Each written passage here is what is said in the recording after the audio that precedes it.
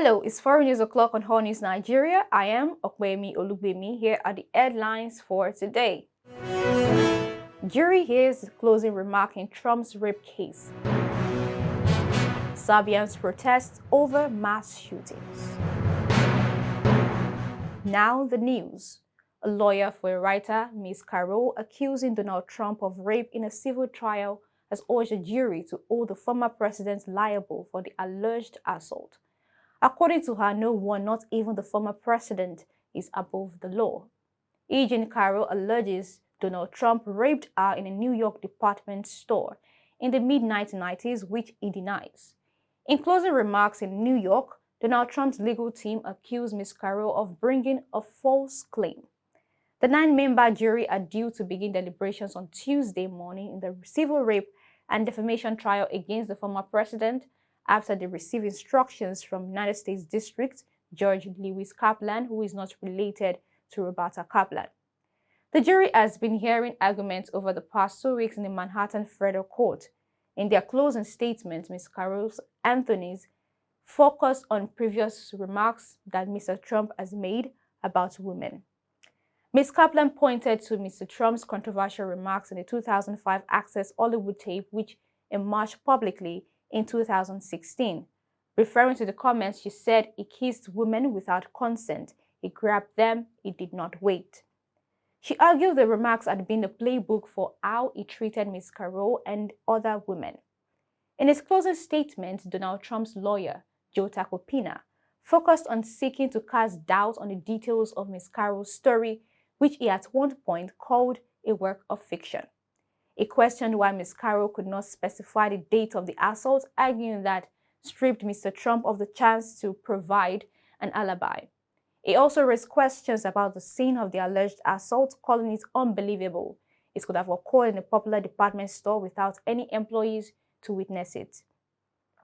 Joe Tacopina argued the story had been ripped from the pages of Law and Order SVU, referring to a 2012 episode of the popular crime show in which a woman was raped in the lingerie department of a Bergdorf Goodman store. Ms. Carroll has acknowledged her alleged assault occurred in the same place as the episode, which was released before she came forward with the allegation in 2019, but she said that was a coincidence. The former president did not appear at the trial in person, but instead was present in a video of an October disposition played for the court. According to Trump in the video, the allegation against him is the most ridiculous, disgusting story that's just made up.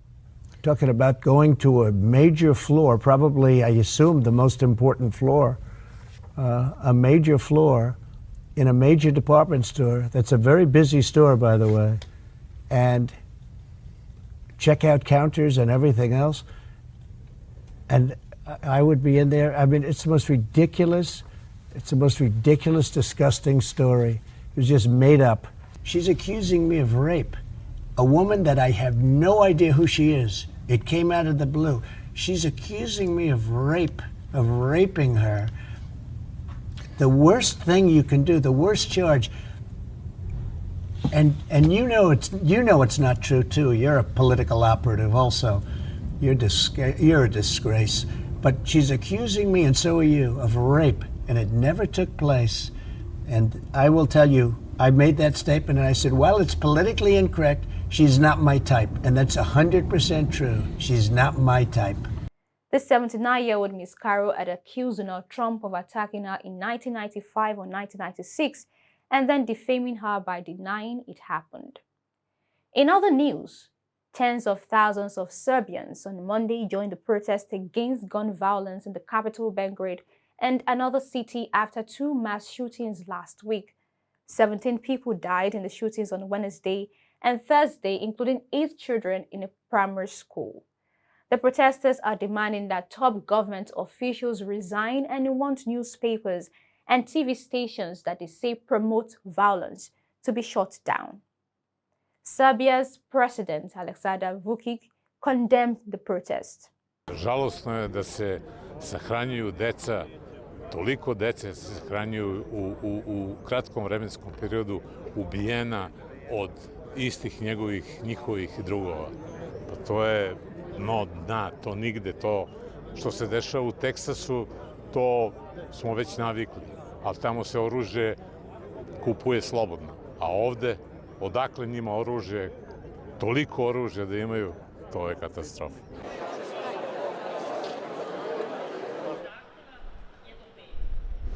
Solidarnost protiv sveprisutnog nasilja na medijima, u Skupštini, u svakodnevnom životu. Solidarnost zbog događaja koji nas potresaju, zbog izgubljene dece. Thousands also turned out across the northern city of Novi Sad, where protests threw flowers into the Danube River, which flows to the capital.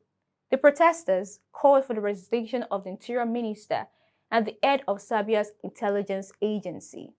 Serbia's education minister, Branko Ružić, stepped down on Sunday, citing the cataclysmic tragedy of the recent school massacre in his resignation letter. Serbia has the highest rates of gun ownership in Europe. A 2018 survey suggests that there are 39 guns for every 100 people in Serbia, the vast majority unlicensed. Mr. Vučić has started a 1-month amnesty for surrendering illegal weapons, with people able to drop off their guns to police with no questions asked. The amnesty will last 30 days. According to Serbian police, on the first day of the amnesty, around 1,500 guns were surrendered. And that's it on today's news. To keep up with All News Nigeria, kindly follow us on all social media platforms displayed on the screen. I am Opeyemi Olubemi. Do have a great evening.